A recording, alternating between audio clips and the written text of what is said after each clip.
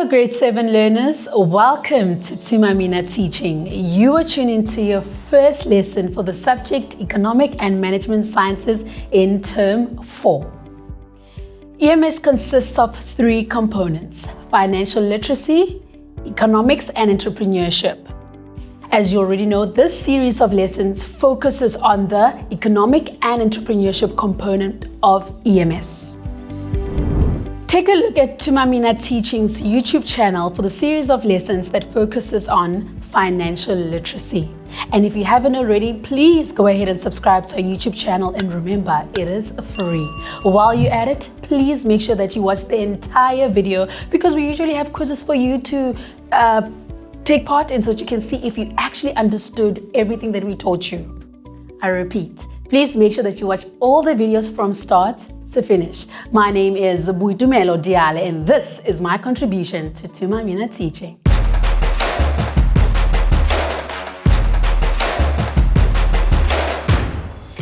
Grade 7s, in this lesson, we will be focusing on the production process and the technology that is needed when we are producing products. And we'll also look at the importance of using resources sustainably when producing. Grade 7s, do any of you know what the word production actually means? Please go ahead and pause this video and quickly discuss with your classmates what the word actually means. Are you ready? 3, 2, 1, let's go!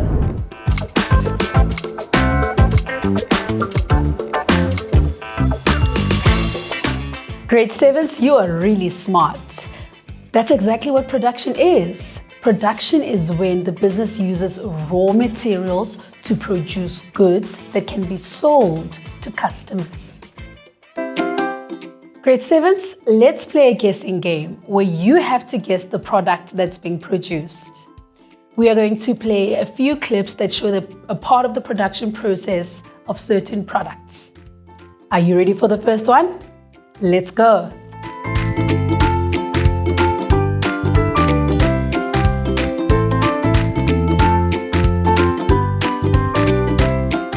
Learners, were you able to guess what that product was? Drum roll, please. Exactly. We were producing sweets, and it is Skittles to be specific.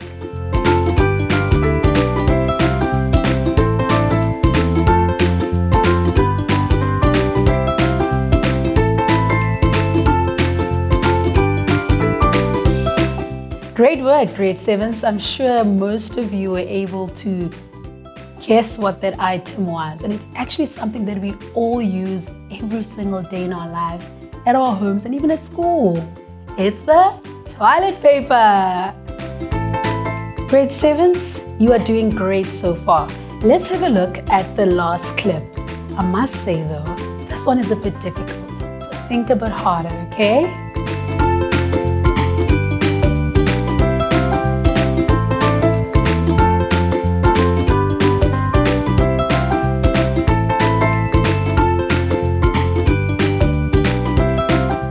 I must admit that was a bit difficult. If you guessed it correctly, well done. That was a lava lamp. And as you can see, Grade 7s, all the products that we consume go through the production process. Grade 7s, it is important to know that the economy is divided into three sectors: the primary, secondary, and the tertiary sector. In the primary sector, natural resources are taken from the earth. In the secondary sector, products are made from the natural materials, and in the tertiary sector, services are delivered and goods are transported from factories and sold in stores. Grade 7s, let's take a closer look at the production process. It is important to note that the production process consists of 3 steps: input, process, and output. Inputs go through the production process and they come out as outputs. Let's take a look at an apple juice as an example. Grade 7s, let's take an apple for example, which serves as an input in our production process. This input is now going to go through the production process.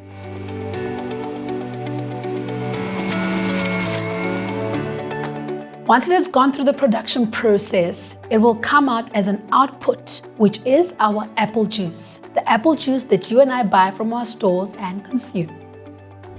Grade 7's that was simple, right? Oh no, not so simple. There are a few extra things that you need to know about input and outputs, as well as the production process itself. Let's start with inputs. Inputs are usually the raw materials, also called natural resources, that we use to produce goods. But inputs can also be labor, capital, and entrepreneurship. Grade 7s, just to make sure, natural resources, labor, capital, and entrepreneurship are the 4 factors of production. Grade 7s, let's take a closer look at the first factor of production, which is raw materials. As mentioned earlier, this is also known as natural resources. And basically, raw materials or natural resources are things that we source from nature. Do you guys love cake? I know I love cake. Let's go on a road trip in the surrounding farms and see what raw materials we can get that we can use to actually bake our cake.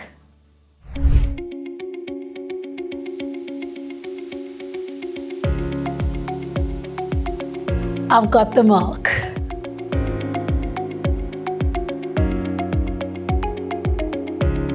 I've got the eggs.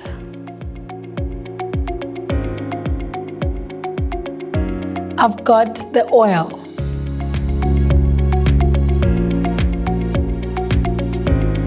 I've got the water.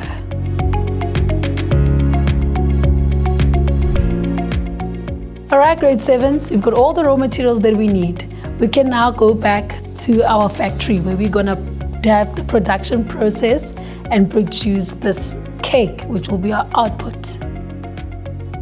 Now that we have our ingredients, we need labor to turn these ingredients into a cake.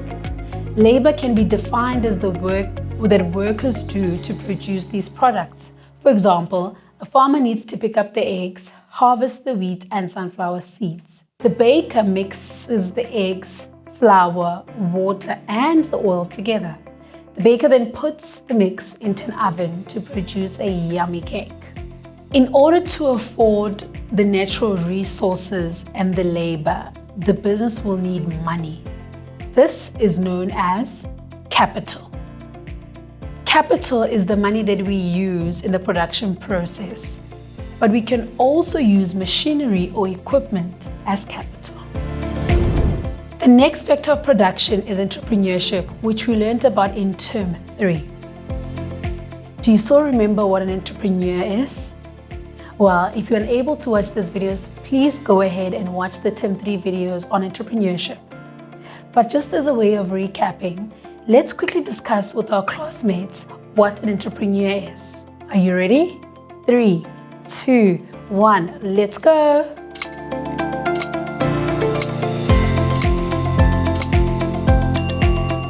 Entrepreneurship is the entrepreneur's ideas that bring all the other inputs together and organize it in a successful production process in order to produce goods which can be sold in stores. To produce goods, technology is needed. Businesses use the technology to produce goods in an effective and efficient way. Instead of one person mixing the batter and baking one cake at a time, technology can be used to mix a large batch of batter and a few hundred cakes can be baked in an hour. Let's have a look at the use of technology, specifically AI, in the production process. Grade 7s, have you heard of the Coca-Cola campaign that has recently been launched by Coca-Cola using AI?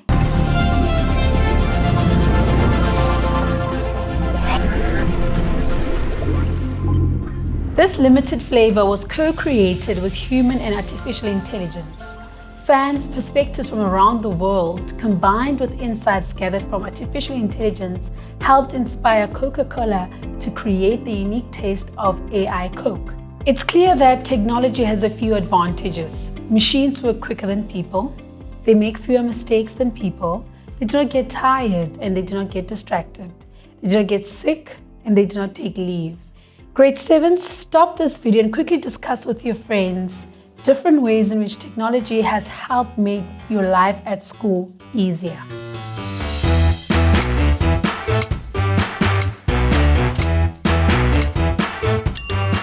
Grade 7s, I'm sure you had a fruitful discussion. However, it is important to note that technology is not all that good. Technology will result in us needing a lot of machines to produce goods. And if we need a lot of machines in the production process, that means we'll need fewer people in the production process. And this will lead to a lot of people losing their jobs or not having jobs. And it will lead to a higher unemployment rate. A higher unemployment rate will have a negative effect on our economic growth, as this means that more people will not have money to spend on goods and services, and more people will rely on the government for social grants. Grade 7s, have you ever heard of economic growth? The definition of economic growth is an increase in an economy's ability to produce goods and services over a specific period. For an economy to grow, the unemployment rate must be low. In order for the unemployment rate to be low, a lot more jobs must be made available. All these jobs can be made available in the 3 sectors: the primary, secondary, and tertiary sector. Grade 7s, the production process is important, but it is also important for us to protect our environment and resources. This is important because we need to ensure that the future generations are able to use these resources to produce goods. In other words, we need to ensure that the resources are used sustainably. Let's look at the sustainable use of resources.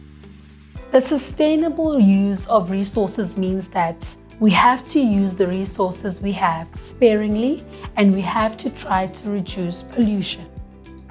Resources can be divided into 2 groups: renewable resources and non-renewable resources. Renewable resources are resources that can be replenished by nature. Examples of renewable resources are trees, sunlight, water, and crops. If we take a tree, for example, a tree can grow back again once it has been chopped. And so that is how we replenish our trees. Now that we've had a look at renewable resources, let's have a look at non-renewable resources. Non-renewable resources are resources that can't be replenished, like oil, gas, and coal. Let's take a closer look at coal. In South Africa, we use coal to generate electricity. Since coal is a non-renewable resource, if it is depleted, we will run out of coal and we won't be able to produce electricity, which simply means that we will have load shedding permanently. Oh no! Grade 7s, this is why it's so important to take care of all our resources, especially the non-renewable resources. Grade 7s, can you believe it? We've reached the end of our lessons for the current year. Thank you so much for tuning in. If you haven't already, please subscribe to our YouTube channel, and remember, it is free. While you're at it, do not forget to scan the QR code so that you can complete the quiz. Thank you for joining us. Thank you for being here. I enjoyed this lesson and I hope that you did. Until next time, bye.